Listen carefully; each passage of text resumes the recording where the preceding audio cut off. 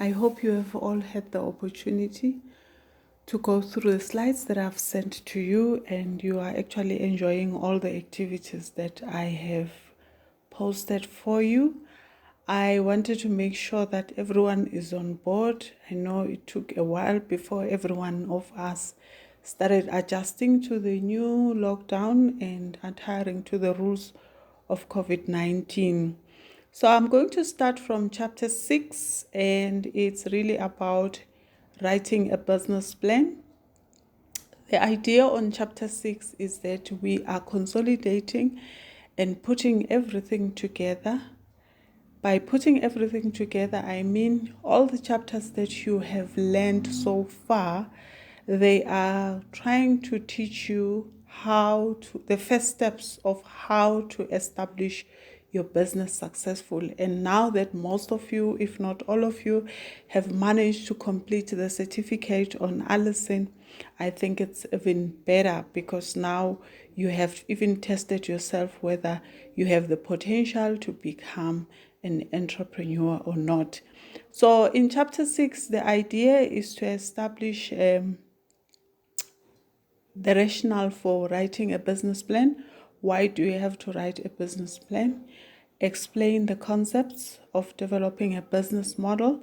Business model is going to be very important at this point because business is not going to be as usual. The status quo is not going to remain as good as possible, unfortunately, because a lot has changed. We will be probably self-distancing for a while. So that is why I was saying to you, if you are clever at this time, the opportunity would be coming up with something or a business that will be online. So this whole chapter is going to be looking also at investors. When you are writing a business plan, you have investors in mind, and you also thinking about the various sources of finance where you're going to get money to fund your business. I've also introduced you to PayPal. It can actually also serve as a business model, the fact that people are going to be buying everything online. Okay, now let's start. Our first slide, which talks about an overview. Why do we really write a business plan? You cannot have everything in your mind, but you have to put it in writing, especially if you are going to be working with people. The business plan starts by looking at a problem. For instance, I have asked you to go and explore what COVID-19 is all about. It is a problem. So entrepreneurs need to come up with solutions on how to solve the problem. So a full research is required to do that. You research by going online, you research about what is happening around the world, and then you come up with a plan on how you can actually add value to your community, to your people, to the business world, wherever you want to add value. How can you add value by establishing a business? So a business plan basically would have a logical statement or a problem, and the various solutions that you are trying to give.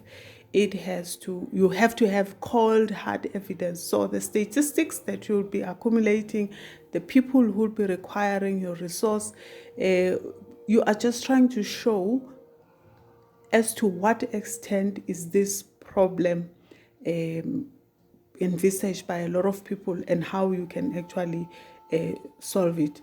But unfortunately, every problem that you solve, you are going to come across a number of risks. You are going to be taking risks. So you have to identify those risks as well. So that is why you are going to explore the last statements there, where you're going to talk about the risk and the assumptions that might be proven wrong. So the people who want to see your business plan, it's the people that wants to work with you on the project. It's the employees that will be working for you. So they want to know what is it that they'll be doing to contribute into the business. And then you also have outsiders. These are potential customers, people who will be buying from your business. If, for instance, you are supplying raw material, they would like to know what is the quality of the material that you are providing, whether you'll be in a position to meet their deadlines as well. And then you have lenders, the people who are going to borrow you money into your business, and the suppliers, people who are going to supply you with raw material to manufacture or to provide a service. And also the various kinds of investors. You've got family and friends. Those are people usually that we look into when we first establish a business, and we are hoping that your mother, your parents, your spouse, your cousins who have money can actually provide you with the startup financials, especially when no one really believes in you. Most of the time you would find that your family are the ones who are willing to help you. And then we've got those private investors who see a potential in a project and they want to actually put money into your business. And you have venture capitalists, people like Vusi Tembegwayo. We've got angel network investors. If you go online and type www angel network investors, you will find a lot of people around the world who have money that they are willing to give to startups, but they have to actually align to their dreams or to their aspirations or to their areas of interest. Those are the people that we call venture capitalists. And then we have got the key primary functions why we write a business plan. We write a plan because we want to articulate all the costs and time that is required to prepare the plan.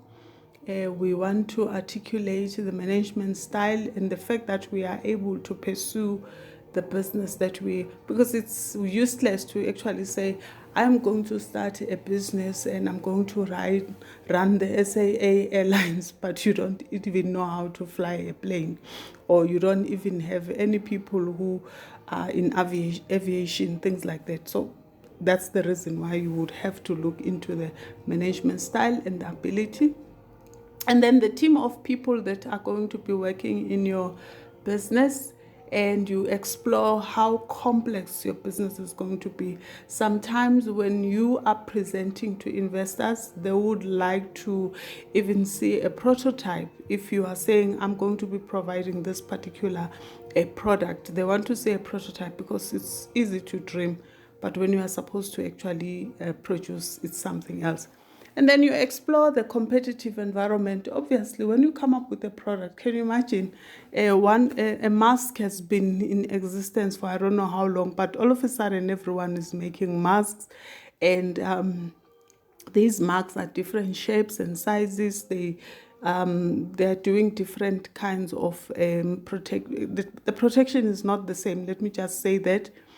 But at the end of the day, some masks will be bought more than others. So that's the competitive environment. So you have to look at all the people who are providing the same product as you are providing the product, and look at what makes you different or what makes you unique, what makes you better than the other people. So, and then the fact that when you start a business, there is a high level of uncertainty and you don't know whether something is going to be successful or not.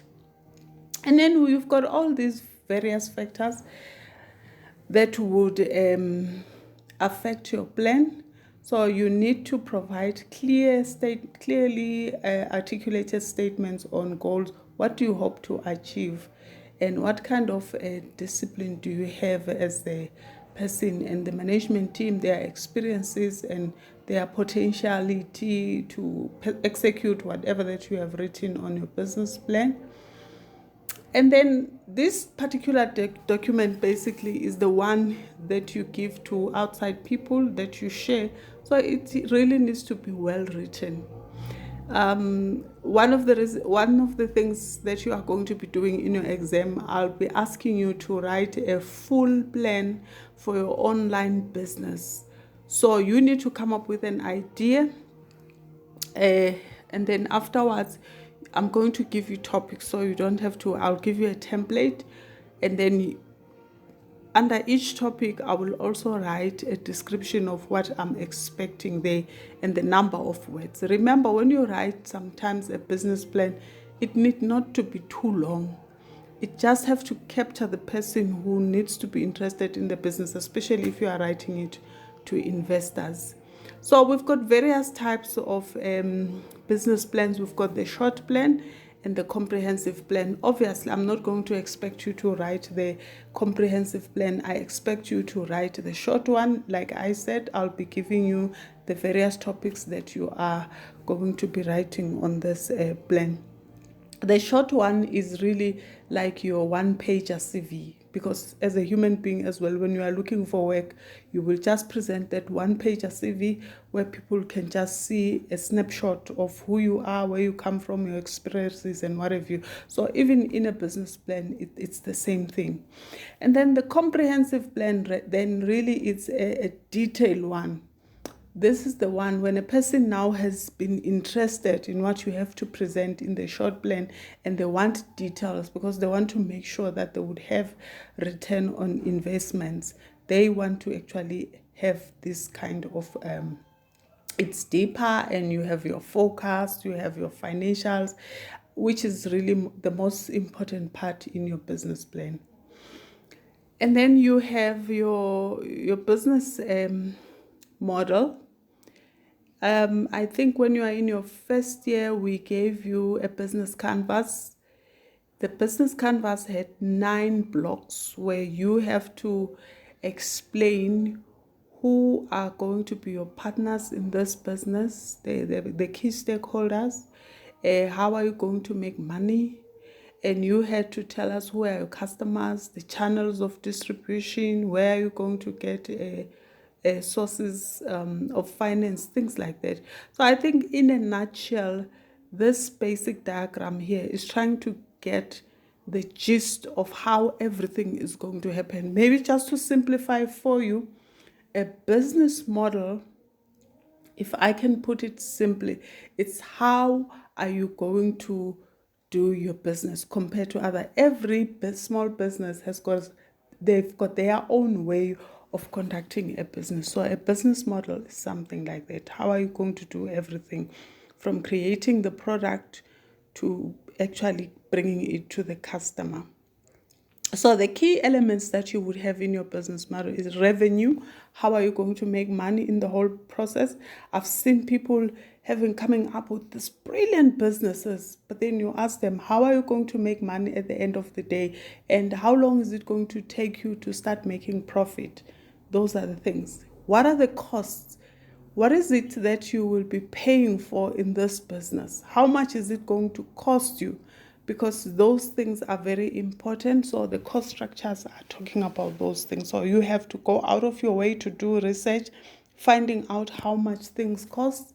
And please don't take for granted. It has to be everything, because some of the most minor things, you can take them for granted. Things like toilet paper, you disregard toilet paper, and you find that in your business, toilet paper is key and it's costing a lot of money.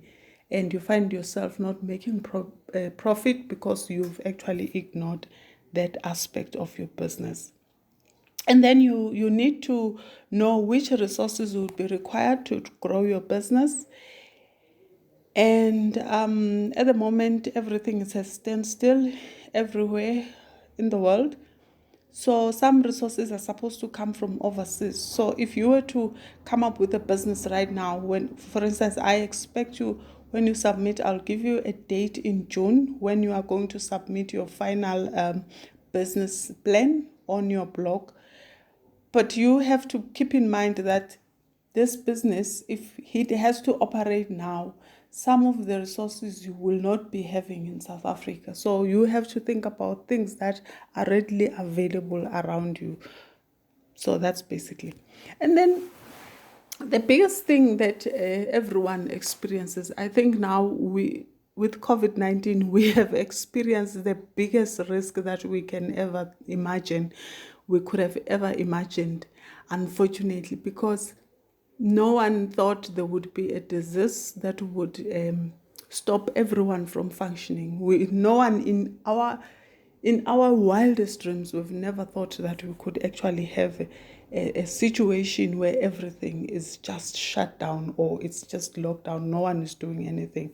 And there is no way that you could have had a risk strategy or a risk management process that would have actually even thought of this kind of a predicament that we are facing right now in our country. But then various businesses have got various risks that we are accustomed to. So you would have to actually sit down and write down what are the risks that are going to be experienced by your business. And then I won't get into detail, but basically revenue model would entail how much volume, how many things you need to sell, how each unit, how much is it going to cost you, if there are people who are supposed to buy the membership, how much, advertising, licensing, all those things. Those are things that can be, by revenue, we are referring to all the things that are going to bring money into your business. And then when we speak of a single or multiple, if I am focusing only on one thing that provides money or that gives money into the business, that's a single revenue stream. But multiple, you find that you are doing quite a number of things that are bringing money into your business. You could be selling in your restaurant, but you also have people who are doing deliveries and you are charging for those deliveries, things like that. That's why you would say multiple revenue streams. Okay, I'm going to rush now because I just want to make sure that we only cover it's 20 minutes. Now, the questions that you want to ask while you are developing your business model is, who are your most likely customers? You can't say it's everyone. You have to have a specific target, or you have to a specific segment of the market of the people that you want to sell to. And how are they different from the general population? You give a full description there. What events will trigger the need or desire for your type of product to those kind of people? When will these events occur? Can they be predicted? How will the customers make the decisions on whether to buy or not to buy the product? So those are the things that you need to ask yourself. And the questions continue, obviously, to what are the key decision factors that will be influencing those people in terms of buying your product? And then, obviously, like I said prior, that your competition is always there. You want to make sure that you have articulated the competitive landscape when you are doing your business. Who is going to be competing with you, and how are you going to outdo them? For instance, you have to have a way of making sure that your product is actually superior than the one that is provided by your competitors. Again, with the cost structures, I have briefly explained to you what it means. We've got fixed costs. These are costs that are constant, they don't change. For instance, if you have already bought some assets, those costs will not change, or machinery, if you've already bought it, it won't change. But then you have got variable costs. If you have got bigger orders, then the cost of all the resources, all the products or raw material that you will need to manufacture the product, there will be even more. But then if you have less customers wanting your product, obviously you are going to be experiencing larger amount of money to be paid for those. But then the beautiful thing is that if you buy in bulk, you can manufacture more and save costs. And then there are various issues that you actually have to consider when you are preparing the business plan. The content, you must have supportive evidence, which means you would have to read newspapers, you would have to give things like a little bit of research always helps. I know that a lot of foreign nationals, when they establish a shop in the townships, they would go around looking for densely populated areas before they can establish their shop, because they want to make sure that people buy their products. So you must communicate clearly. Some people want to write big words and a lot of jargon. Remember, sometimes the investors also might not know, especially technical jargon. So it's your responsibility to make sure that you simplify your business plan to an extent that it's easily accessible and people can understand it. So it's very important. Now, the factors that can help to determine the content of a business plan for a startup: the opportunity. What's the opportunity that you have identified? Like I said, COVID-19 presents various opportunities, but I don't want people to only look at the masks, but look at other things as well. Think about food, think about transportation, think about, if for instance in our South African context, if a lot of people die, think about explore the opportunities of having transport on a business of transport online, because I don't think we will have enough hearses, for instance, if a lot of people die. So you could actually look at that, an online mortuary kind of thing. I'm just making example. I'm hoping we are not going to experience that. Critical resources. What are the resources that will be? The team. I cannot emphasize it. The people that you are going to work with are very important. I have realized that it doesn't matter how much money you have. If you do not have the right team to work with you, you are actually doomed, because at the end of the day, you cannot run the business on your own. And then financing structure. How are you going to finance your business? Are you going to borrow this money? Are you going to go and get your family members? For how long? What's the interest rates? Those are very key things that you need to take into consideration. My colleague and I, we always want our students to start a business without money, because if you are starting a business without money, you are not going to be running a risk of owing a lot of people if your business fails. Every business has a potential to fail. I think by now you can definitely agree with me. And then the external factors, obviously. Your business is not running in isolation. It's affected by everything that is happening around. The transportation of raw materials, the weather conditions. Now we've got the pandemic. All those things are actually external factors. Sometimes you have no control over. So you need to take those into consideration as to what is going to happen when those things start happening.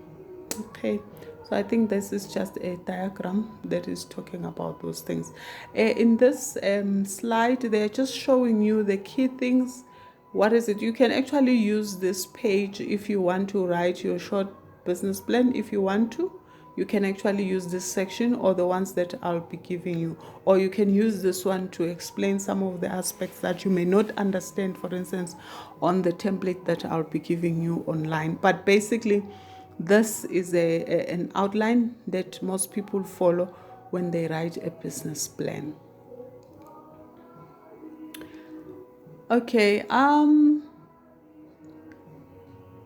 let us just have a look at what the executive summary entails.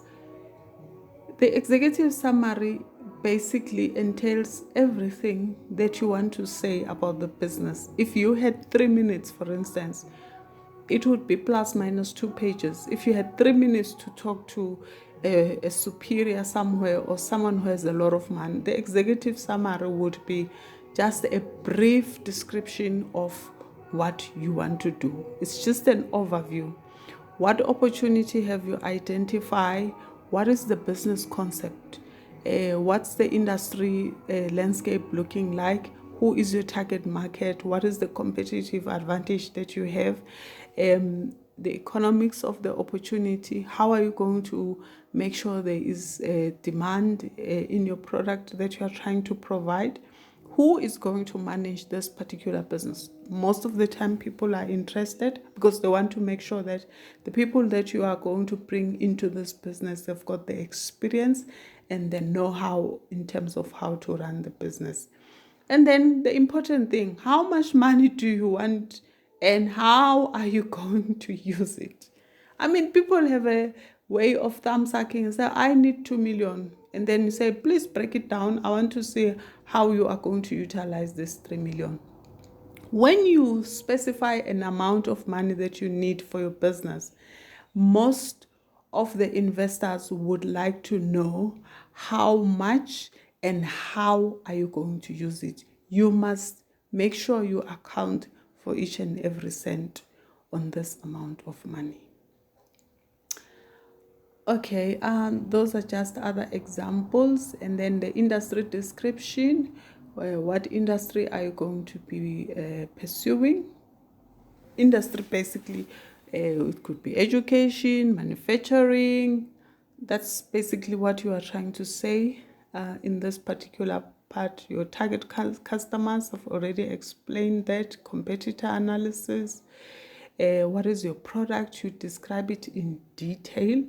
We have a tendency of not even giving a picture when we write about this product or a service out. It's always a good idea to have a prototype if it's something that people do not understand. If it's a product, show us pictures of that particular product. Sometimes we don't have time to dream, or investors don't have time to dream about what you want to actually say. So if you just give a description, they might not understand. But if you have pictures of the product, it's always very important. For the section of marketing plan, digital marketing is also free online. To do a course on digital marketing, it's also free online on Google. If you do it again on Allison, you probably pay another $15 or so. But I would suggest that if you want to start a business, since I will be asking you, try these free courses as well on how to promote your product. A lot of people start a business, but they fail dismally when it comes to marketing. They don't know how to market the product. A lot of people have great ideas.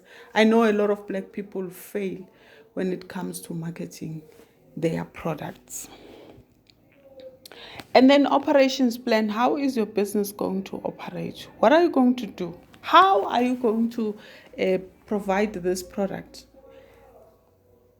People who want to invest in your business, they want to know, how is the product going to be produced from A up to Z?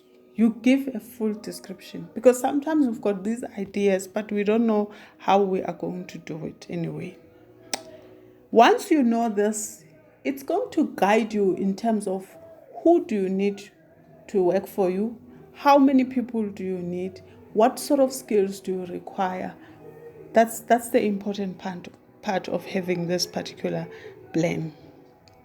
And then obviously, I cannot emphasize enough the team, the people who are going to be working on your business. You have to have a risk analysis. What risk are you going to experience, and how are you going to make sure that you have a contingency plan for those kind of risk. And then you have an exit strategy. They want to know, how are you going to exit your business? What are the options? For instance, your investors want to know, what are you going to do when you exit the business? Because they want to make sure that they recover their monies in case your business are you going to sell the business? Are you going to sell shares to your staff? Are you going to... So they just need you to make sure that they want to make sure that there is sustainability for your business. So that is why an exit strategy is very important. An exit strategy could entail you deciding to go on retirement, but you haven't finished. Maybe this particular business was making a lot of money for the investors. So they want to know, how are they going to continue making money from this particular business, even if you exit the business. And then financial plan, obviously, I have also touched on it several times. For some businesses that are already running, they want to know the financial position. Let me just emphasize this. A lot of people do not want to fund a business that has not existed as yet. But if you have contributed at least 20% of your time, your assets, your anything, just to make sure that the business starts, they are willing to give the 80% because they also understand that you have something to lose. But if there is just absolutely nothing on the table, it's very difficult for a lot of people to actually invest on your business.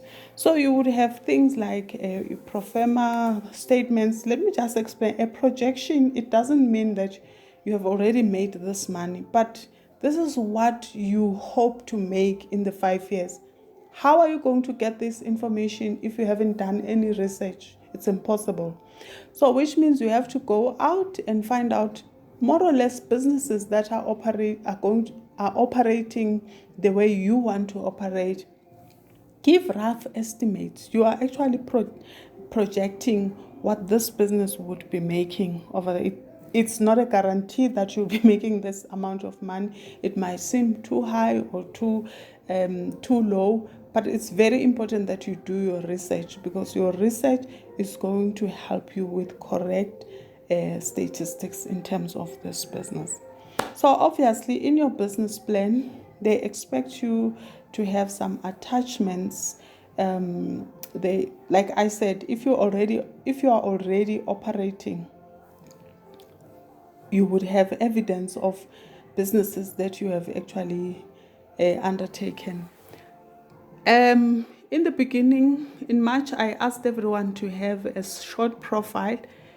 I was just trying to show you how they need to know whether the people who are operating in the business have got the right personality, they've got the right skills, and what experience do they have. So basically, you will have your CV, but your CV should not be a job hunting CV.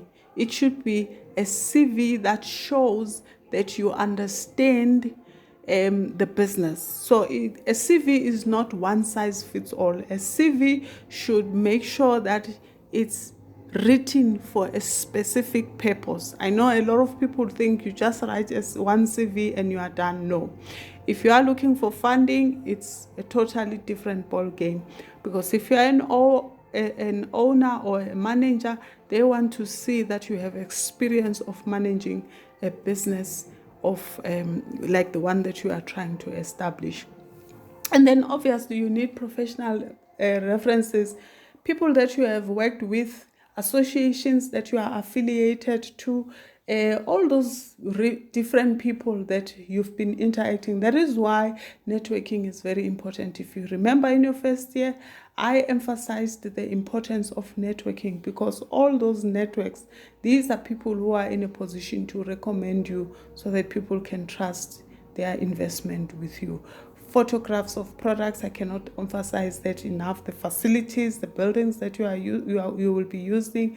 Sometimes, even if you don't have photographs, you can actually draw a concept of what you want to establish, what the buildings are going to look like, what is it that you foresee happening, and that also is actually good enough. Proof that you have conducted a little bit of market research. We are on lockdown, obviously, so you might not have the opportunity to go down and do door-to-door market research. But guess what? You can go online. By now, I've made you fill in a lot of Google Forms. So you could actually create a Google form and find out from your friends. Just get 25 or 30 to give you feedback on something that you want to start. That can actually serve as a market research. Okay? And then you look at public research that you have, that you can use as, for instance, evidence of what you are saying, to just maybe give a testimony to what you have articulated about your business, especially if you want to prove the problem that you want to solve. So this is just basic advice on how to write a business plan, analyze the market thoroughly, provide solid evidence that your product or your service is needed. Think like an investor. Put yourself in the shoes of the person who want to invest in your business. Would you put in money in that particular idea that you are actually suggesting? Don't hide weaknesses. Identify potential fatal flaws.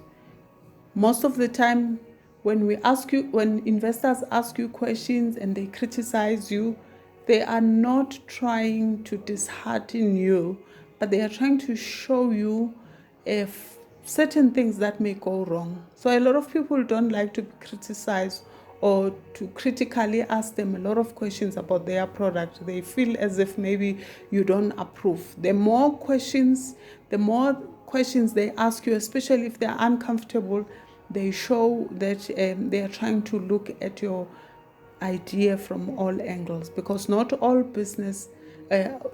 ideas are business opportunities. So maintain confidentiality. That is why I ask you to use your blog, because your blog is somehow a proof that you actually came up with that project or service or whatever. You can prove when someone else steals your idea that I started with this idea, and here is a proof that I had it on my blog. I didn't copy it from anyone. A lot of people now have a tendency of telling me this is a new idea. Unfortunately, when you Google any new idea online, you can find something along those lines. So don't come up with an idea and say it's your idea. I know recently this woman was saying on Facebook, there's another woman who stole the idea of the shields for kindergarten kids, but we've already seen a lot of those coming from China. So some people have a tendency of just copying things online. Everyone has access online. So if you copy something from online, don't say it's yours, it's confidential, it's your business idea. Please, let's not do that. Pay attention to detail. Very important. Now, basically, analyze the market.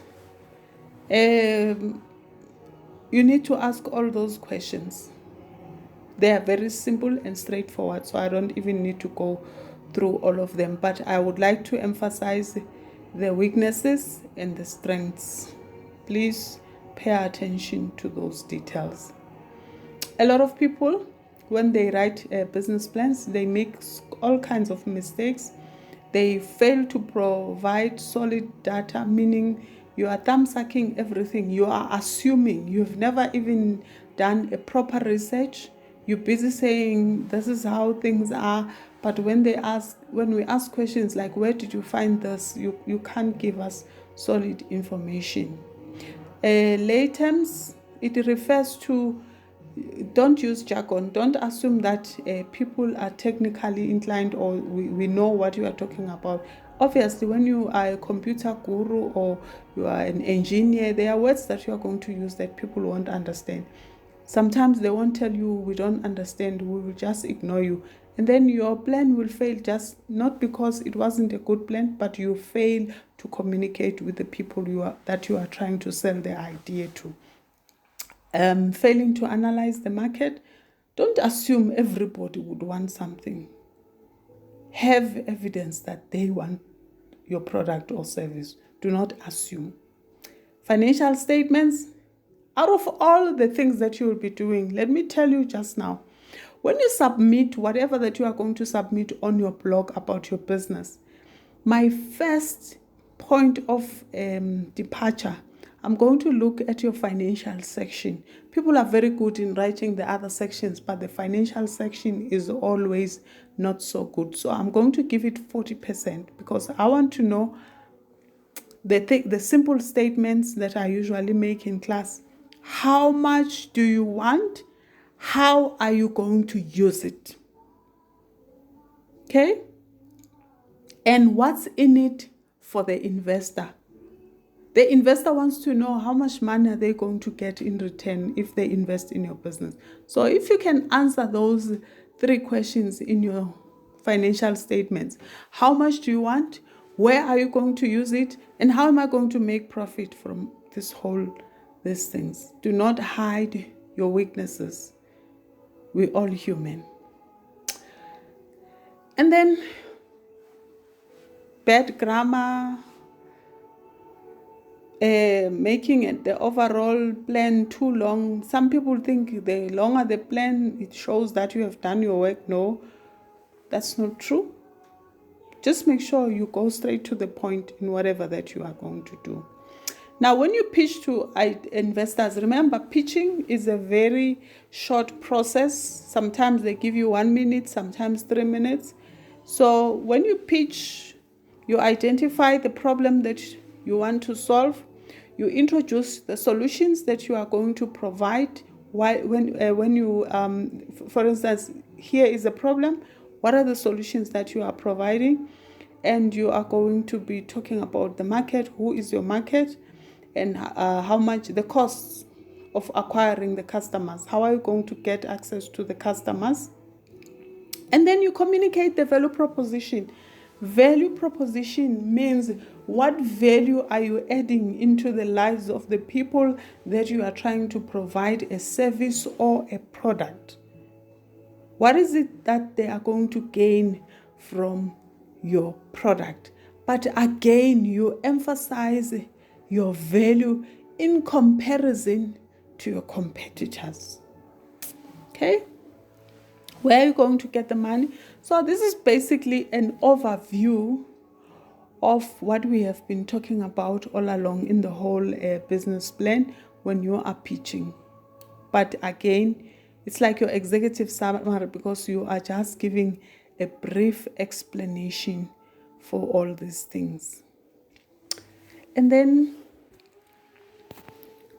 you actually, nowadays, since we'll be doing everything online,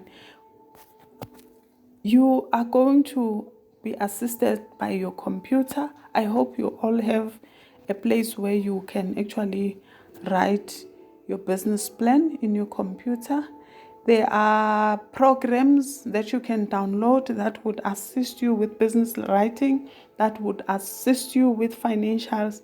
So please go and have a look at those things. They will be very helpful for you. Okay, thank you very much.